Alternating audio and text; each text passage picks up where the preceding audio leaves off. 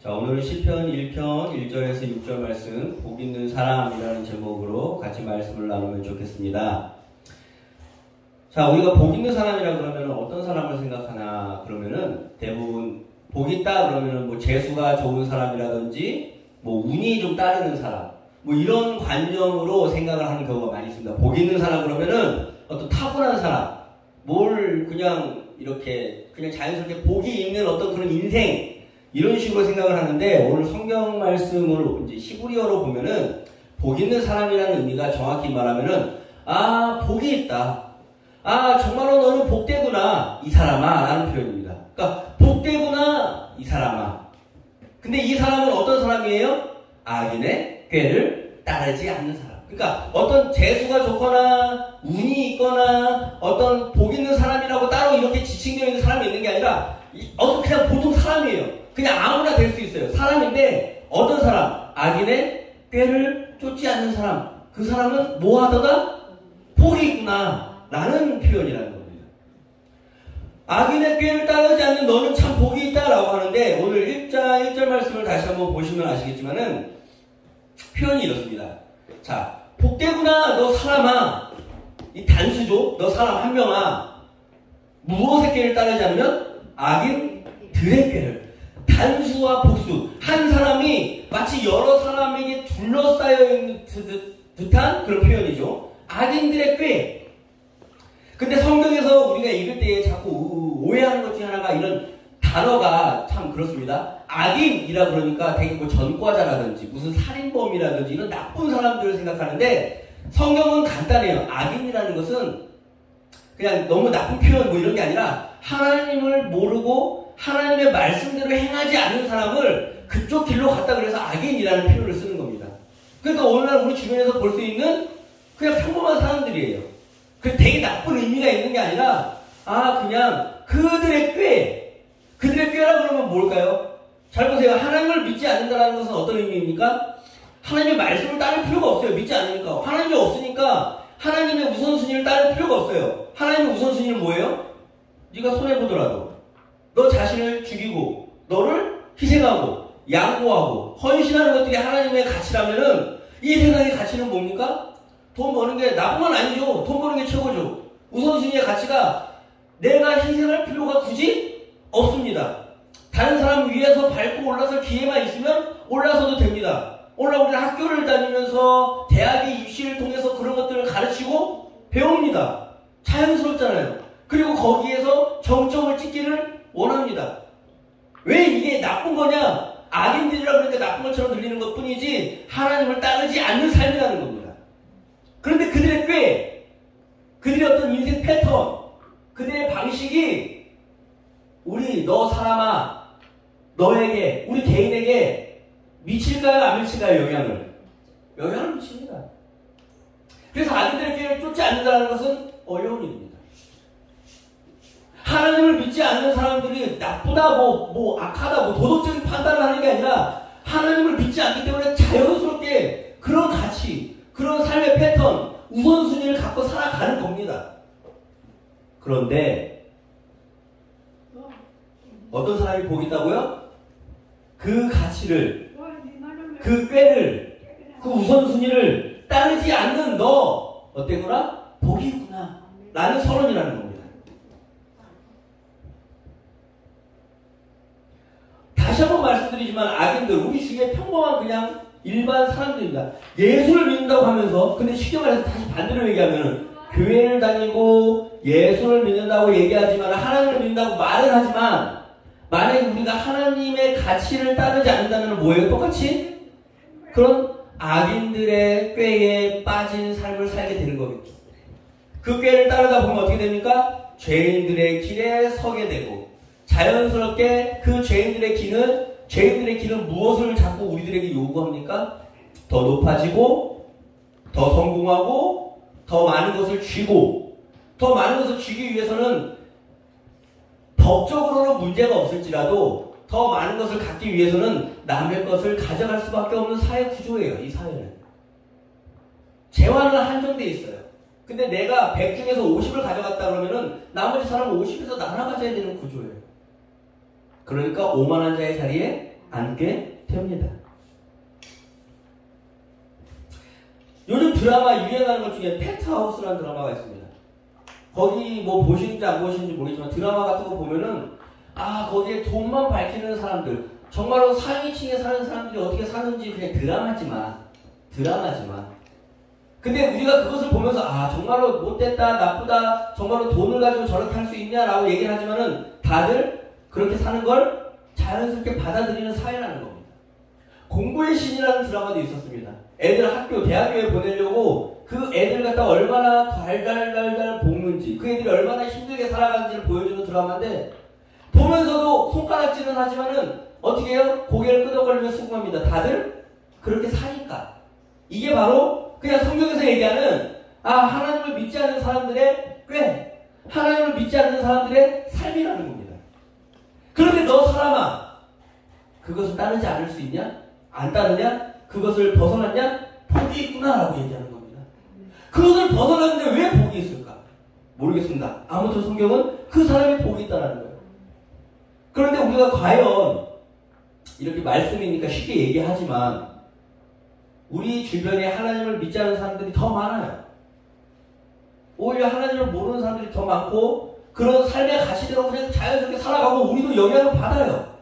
그런데 그런 영향 속에서 진짜로 하나님을 믿는다는 이유 하나로 그 꾀를 따르지 않을 수 있을까요? 가능할까요? 여러분 스스로의 힘으로 가능합니까?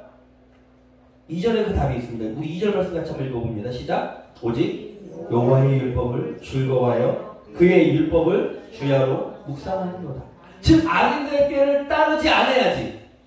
우리 주변에 하나님을 믿지 않는 사람들은 저렇게 살아가지만은 돈이 최고지만은 우리 가족이 최고고 내 몸이 최고고 헌신할 줄 모르고 양보할 줄 모르고 뭐 이렇지만은 나는 그렇게 하지 않아야지라는 결심도 중요합니다. 그런데 그런 결심만 한다고 돼요? 그게? 인생은 그렇게 잘 되지 않습니다. 내 의지는 그렇게 강하지 않아요. 그럼 어떻게 하라는 겁니까? 오직 여호와를 어떻게 하라? 말씀을 즐거워하는 겁니다. 학교 같은 데 보면 학원에 이런 팻말이 있어요. 천재는 노력하는 사람을 이기지 못하고 노력하는 사람은 즐기는 사람을 이기지 못한다. 뭐 흔하게 달려있는 문구긴 하지만 저는 나름 일면의 진리를 보여준다고 생각합니다. 맞습니다. 천재는 노력하는 사람을 이기지 못하고 노력하는 사람은 즐기는 사람을 이기지 못한다. 우리는 여호와의 말씀을 즐거워해야 된다는 겁니다. 정말로 그 하나님의 말씀을 즐거워할 때 내 안에서 정말로 그 말씀을 즐거워서 그 말씀을 계속 묵상할 때에 그것을 계속해서 생각하고 곱씹을 때에 어디에 빠지지 않는다고요? 어디에 빠지지 않는다고요? 악인들의 꾀에 빠지지 않는다는 겁니다. 여러분 이 묵상이라는 단어가 어떤 목사들이나 거룩한 사람이나 어떤 훌륭한 사람들만 할 수 있는 생각이라고 하시죠? 아니요. 이 묵상이라는 단어는 히브리어로 하가라는 뜻인데 이 하가가 쓰이는 곳마다 다르게 번역이 되어 있습니다. 우리 시편 2장 1절입니다. 2편 1편 같이 한번 읽어볼까요? 시작. 어찌하여 이방 나라들이 분노하며 민족들이 헛된 일을 꾸미는가. 여기에도 묵상하다라는 단어가 들어가 있습니다. 어딜까요? 꾸미는가라는 단어가 바로 묵상하다라는 단어 하가를 씁니다. 즉 하가라는 단어는 하나님의 말씀을 계속 생각하고 계속 웅얼거리고 계속 시간만 나면 읊조리는 것, 이런 게 그냥 하가라는 뜻인데 말씀을 하가한다라고 할 때는 묵상하다라고 번역하는 거고 민족들이 헛된 일을 하가한다라고 할 때는 꾸민다라고 표현한 겁니다. 즉 우리가 맨날 하는 거 모여가지고 앉았다고 하면 무슨 얘기합니까? 어떤 사람은 비트코인 얘기할 거고 앉았다 하면은 드라마 얘기할 거고 앉았다 하면은 남 욕할 거고 앉았다 하면은 이번에 생계비는 어떻게 하지? 앉았다 하면은 돈은 어떻게 벌지? 앉았다 하면은 우리 아들 자녀 대학교 학업 이번에 성적. 우리는 맨날 뭐 하는 사람들이에요? 묵상하는 사람들이에요. 그런데 무엇을 하느냐에 따라서 악인들의 꾀를 따르느냐 따르지 않느냐가 결정된다는 겁니다. 어떻게? 여호와를 즐거워하고 그 말씀을 묵상할 때에 우리는 악인들의 꾀를 따르지 않을 줄로 믿습니다. 제가 여기서 교회를 같이 하면서 요양원을 같이 운영합니다. 아시다시피. 그런데 자연스럽게 요양원을 하면서 돈을 계산합니다. 맞아요. 다음 달은 어떻게 살고 이번 달은 뭐 얼마나 들어오고 얼마나 나가고 이런 수입과 세출을 계산을 하겠죠. 밥값도 계산해야 되고 전기세, 수도세, 운영비, 월급 등등 해가지고 뭐 얼마나 합니까? 돈 싫어하는 사람은 없습니다. 그런데 웃기는 거는 이런 걸 자연스럽게 계산해야 됨에도 불구하고 계속 계산하다 보면은 계속 이것만 묵상하다 보면은 돈만 생각하다 보면은 아 요거 돈이 좀 너무 부족한데 어떻게 하면 돈을 더 많이 남기지? 어떻게 하면 돈을 더 많이 하지? 그럼 이것도 좀 줄여볼까? 저것도 줄여볼까? 이렇게 계속 생각하면 어떻게 되는지 아십니까? 어르신들 복지 못해요. 어르신들 맛있는 거 못 드리고 어르신들 거 뭐 편의를 못 봐드리고 직원들의 복지가 향상될 수 없습니다. 그러다가 갑자기 이런 모든 것들을 그냥 적고 그냥 들어오고 나가는 거 자연스럽게 하는 걸로 하고 하나님의 말씀을 묵상하기 시작합니다. 하나님이 무엇을 원하시는지, 하나님 여기에 왜 요양원을 두셨는지, 왜 여기 와서 교회를 하게 하시고 여기에서 어떤 일들을 하게 하시는지 묵상하기 시작하면은 돈이 묵상되고 돈이 묵상되는 게 아니라 하나님이 묵상되기 시작하면은 그냥 자연스럽게 먼저 어르신들을 생각하게 되고 자연스럽게 직원들의 복지를 생각하게 되는 겁니다. 중요한 것은 제가 좋은 사람이라는 게 아닙니다. 제가 착하거나 제가 어떤 다른 사람보다 특출나다라는 게 아닙니다. 절대로요. 뭐예요? 여호와를 즐거워하는 것뿐이에요. 여호와의 말씀을 묵상하는 것뿐이에요. 그런데 묵상하다 보면은 자연스럽게 죄인의 길에 들어가지 않게 되고 자연스럽게 오만한 자의 자리에 앉지 않게 된다는 겁니다. 그러니까 하나님이 이 시편을 통해서 뭐라 그러는가? 복되구나. 아, 그 인생이 복되구나. 비록 돈은 많이 못 사는 것 같고 비록 돈은 많이 못 챙기는 것 같고 근데 일단 그런 게 관심사가 아니에요. 그러다 보니까 뭐예요? 그 인생이 복되구나 라고 얘기한다는 겁니다. 이게 우리 그리스도인의 삶이라는 거예요. 이게 우리 하나님을 믿는 자들이 하나님께 인정받는 삶이라는 거예요. 그런데 이런 마음을 먹다가도 순간순간마다 돈이 들어오고 순간순간마다 손해인 것 같은데 라는 어떤 그런 움찔움찔하는 생각들이 들어옵니다. 그럴 때마다 어떻게 해야 됩니까? 주의 말씀을 어떻게 해야 된다고요? 그래서 주야로 묵상하는 겁니다.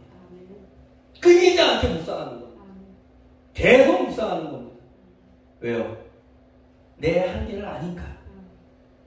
그때에 우리는 이 땅의 논리에서 이 땅의 어떤 악인의 꾀에서 벗어날 수 있을 줄로 믿습니다. 우리처럼 이렇게 똑같아요. 하나님을 묵상하건 돈을 묵상하건 어떤 사람은 돈을 벌고 어떤 사람은 돈을 못 벌어요. 근데 돈을 묵상하는 사람은 돈을 벌고 못 버는 거에 따라서 자기 인생이 바뀝니다. 근데 하나님을 묵상하는 사람은 돈을 벌건 못 벌건 그 인생이 흔들리지 않는다는 겁니다. 이런 인생을 성경에서 뭐라고 표현하냐? 3절 말씀입니다. 같이 한번 읽을까요? 그는 시냇가에 심은 나무가 저를 따라 열매를 맺으며 그 잎사귀가 마르지 아니한 같으니 그가 하는 모든 일이 다 형통하리로다. 아멘. 여기에서 심은이라는 단어가 뭐냐면 수동태입니다. 수동태가 뭔지 아세요? 능동태는 내가 무엇을 심다. 이건 내가 하는 것 능동태고 수동태는 누군가에 의해서 심겨진 것. 이걸 수동태라고 표현합니다. 그런데 옛날 시브리어 성경을 쓰던 사람들은 하나님의 이름을 함부로 쓰지 않았어요. 그때 당시 사람들은. 그래서 하나님이 무엇을 했을 때에 누군가가 이걸 심었다라는 수동태로 표현합니다. 이걸 대신 하나님의 이름을 쓰지 않고 수동태로 표현하는데 이걸 신적 수동태라고 표현합니다. 뭐라고요? 신적 수동태. 그러니까 나무가 심기어졌어요. 누군가에 의해서. 하나님의 이름을 쓰지 않았지만 누가 심은 거예요? 그래서 이렇게 읽을 수도 있겠죠. 시냇가에 하나님이 심으신 나무다 라고 표현할 수도 있는 거예요. 그래서 성경에서는 수동태를 되게 주의해서 읽습니다. 다시 한번 말하지만 그 사람은 악인의 길을 쫓지 않는 사람 그리고 여호와를 즐거워하고 하나님의 말씀을 주야로 묵상하는 그 사람은 하나님이 직접 심은 나무야. 그 인생이 돈을 벌건 돈을 벌지 못하건 인생의 어떤 기준에 따라서 성공을 했던 성공을 하지 못했건 어떤 인생이다? 하나님이 직접 심으신 인생이라는 거예요. 그 자리에 있으면 자연스럽게 열매를 맺고 자연스럽게 꽃을 피우고 자연스럽게 형통하게 될 거다라는 표현이라는 겁니다. 우리가 자꾸 이 말씀 되게 주의해서 읽어야 되는 겁니다. 이 땅은 자연스럽게 성공, 수출세, 자본 만능 이런 것들이 있는데 이런 가치들에 휘둘리지 않을 수 있다는 겁니다.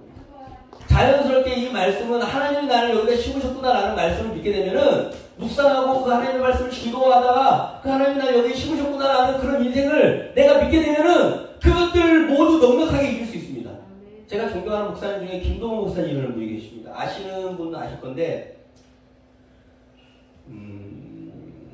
다들 모르시나요? 지금 그분은 저기 암투병 중에 계십니다. 아시겠지만은 김동호 목사님 한때 우리 대한민국에서 진짜 대형 교회 중에 하나인 굵직한 교회 담임 목사님도 되셨고 개척하셔가지고 그리고 지금 은퇴도 너무 그냥 뭐 사람들 막 목사님들 요즘 막 도인 밝히고 막 이런 거 많은데 은퇴도 정말로 깔끔하게 하시고 수많은 사람들에게 교감이 되시고 은혜를 많이 끼치신 분입니다. 근데 암이 걸렸다는 소식을 들었을 때에 우리 인생은 아니라고 하지만 그래요. 아 그래도 그거는 뭐 하나님의 뜻이 있겠지라고 얘기해주면 속으로는 한 번쯤은 움찔거리면서 아? 뭐 잘못한 거 있나? 저런 분이 암에 걸려? 하나님의 은혜를 많이 못 받았나? 이런 식으로 생각을 한단 말입니다. 그런데 김동호 목사님이 설교하면서 뭐라 그러셨냐면 그때 이랬습니다. 나는 뭐 암에 걸리면 안 되는 인간인가?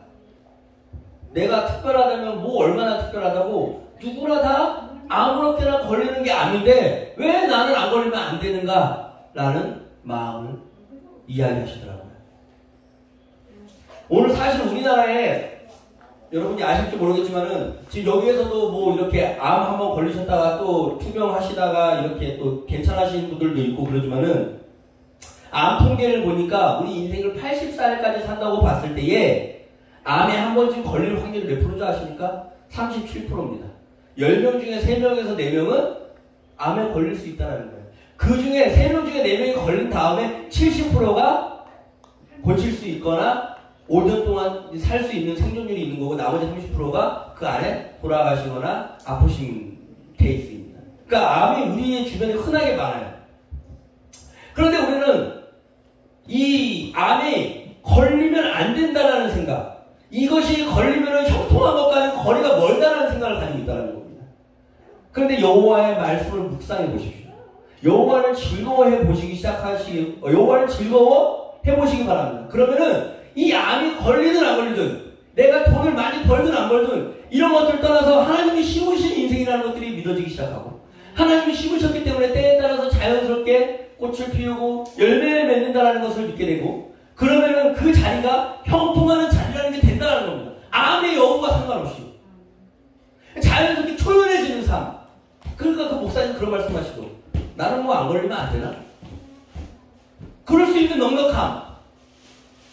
제가 그렇다고 암에 걸려도 된다라고 말하고 싶은 게 아니라 그것들을 초월하는 삶을 얘기하고 싶은 겁니다. 지금 이것이 바로 시편 1편의 목적입니다.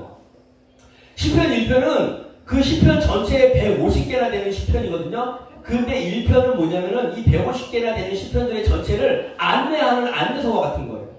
어떤 안내서요? 아, 너 사람아, 너의 인생들아, 어떤 인생이 복된 줄 아냐? 악인의 때를 쫓지 않는 거. 물론 악인들이 잘돼 보일 거야. 악인들이 정말로 성공하는 것처럼 보일 거야.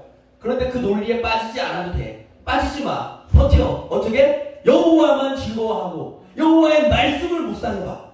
그럼 그렇게 돼. 그 인생은 하나님이 직접 심기신 나무와 같은 거야. 그 인생이야말로 성공하고 형통한 인생이야. 이게 시편 1편이 말하는 시편에 읽는 안내서라는 겁니다. 이런 마음을 읽어야 되는 겁니다. 그럼 하나님이 그러면은 모든 어떤 인생의 슬픔들을 다 이겨내고 모든 인생의 아픔들을 다 이겨내고 버티고 나만 즐거워하면 돼! 라고 강조하시는 건가? 그것도 아니에요. 시편이 150개나 되지만은 나중에 읽어보시면은 그 뒤에 67개가 탄식시입니다. 탄식시 뭔지 아세요? 엄청 슬퍼서 우는 시편. 너무 슬프다고 하나님 앞에서 엉엉 우는 시편. 그리고 저주 시편도 있습니다. 너무 억울해서 저놈 좀 죽여달라고 저주하는 시편도 시편에 있습니다. 즉 하나님은 인생의 슬픔이나 아픔에 관심이 없는 게 아니에요. 아세요? 그 슬픔이, 그 아픔이 정말로 고스란히 시편 안에 계속 묻어납니다. 그래서 어떻게 하라는 겁니까? 아플 때는 탄식해. 너무 속상할 때는 저주해도 돼. 그런데 이 1편에서 말하는 건 뭔지 아세요? 그런 인생이 있어. 그런 인생이 있고 그 그런 삶의 아픔이 있을 때에 저주해도 되고 탄식해도 되고 눈물을 흘리고 아프다고 소리쳐도 되는데 걱정하지 마. 그 인생의 그 순간 속에서 정말로 이 방금 하나님을 즐거워하고 하나님의 말씀을 그 말씀을 주야로 묵상하면은 내가 너를 직접 심은 인생처럼 될 거야. 이게 1편의 안내서의 역할인 겁니다.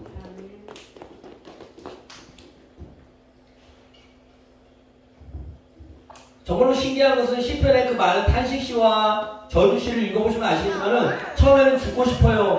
너무 힘들어요. 왜 이런지 모르겠어요. 너무 슬퍼요. 눈물이 마른 날이 없어요. 라고 계속 이야기하다가 마지막에는 나는 그래도 하나님을 찬양합니다라고 끝납니다. 왜 그러냐? 왜 그러냐? 저는 잘 모르겠지만은 그 안에는 분명히 이게 작동하는 겁니다. 어떻게 해요? 여호와의 말씀을 즐거워하고 주야로 그 말씀을 묵상하는 것. 그리고 하나님이 직접 심으셨다라는 그 손길이 느껴진 것. 이것이 바로 하나님의 신비인 줄로 믿습니다.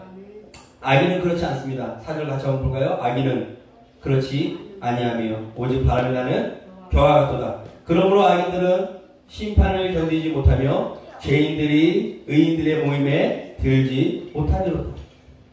우리의 인생은 언젠가 끝이 납니다. 하나님 앞에서 옳고 그름에 대해서 어떤 하나님이 결정하신 순간이 있다는 겁니다.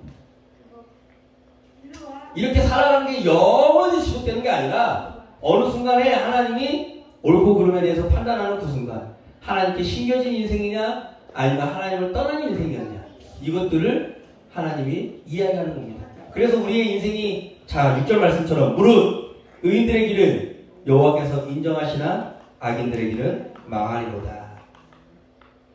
우리의 인생은 누가 인정해야 됩니까? 여호와께서 인정하시는 인생이 되었으면 좋겠습니다. 비록 현실 가운데 자꾸 우리가 주눅들어요. 악인들을, 그러니까 다시 한번 말하지만 악인들은 진짜 뭐 이상하거나 나쁜 그런 오늘날의 관념으로 쳤을 때 뭐 범죄자 이런 게 아니에요. 하나님을 믿지 않는 사람들이 많기 때문에 그 가치관들이 우리를 끊임없이 계속해서 얘기합니다. 쪼읍니다.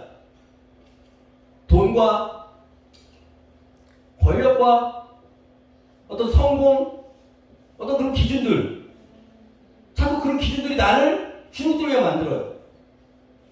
그런 비교, 어떤 집은 잘 됐고 어떤 집 자식은 성공했고, 그런데 그것이 하나님이 인정받는 기준이 아니라는 겁니다. 어떤 사람은 병도 안 걸려, 어떤 사람은 돈도 많아, 이런 것들이 어떤 성공의 기준이 아니라는 겁니다. 우리가 말씀을 들으면서 맨날 이런 것들 얘기하는데도 불구하고 왜 자꾸 또 말씀 끝나고 월, 화, 수, 목, 금으로 돌아가면은 왜 휘둘립니까? 왜 흔들립니까? 여호와의 말씀을 즐거워하지 않아서 그래요. 여호와의 말씀을 주야로 묵상하지 않아서 그래요. 읊조리고 계속 웅얼거려야 되는데 하나님은 살아계시고 하나님은 선악간에 심판하실 것이고 하나님은 우리를 만드셨고 하나님은 지금도 나를 지켜 보호하시고 하나님이 나를 심으신 인생이고, 이런 것들을 읊조려야 되는데 밖에 나가서 또 일반 사람들 만나면은 아 그래 이번에 학교 좋은 데 갔네, 아 그래 이번에 어떻게 대학교는 어디 갔어, 아 그래 직장에서 성공했네, 아 이번에 연봉이 얼마야, 월급이 얼마야, 아우 사업 수완이 좋아, 아유 먹고 살아야 되는데 어떻게 돈이 없어. 우리의 입에서 읊조리는 것들이 무엇인지를 잘 한번 묵상해 봤으면 좋겠습니다. 우리의 인생이 누구에게 인정받는 인생이 되어야 됩니까? 여호와께 인정받는 인생. 그리고 하나님을 즐거워하고 말씀을 즐거워하고 주야로 그것을 묵상하고 악인들에게 따르지 않을 때에 그 인생이 돈의 여부와 관계없이 성공의 여부와 관계없이 무엇이라고 한다고요? 복되구나. 넌 참 복이 있구나. 왜요? 하나님께 인정받으니까. 모두 다 하나님께 인정받는 인생이 되기를 간절히 기도합니다.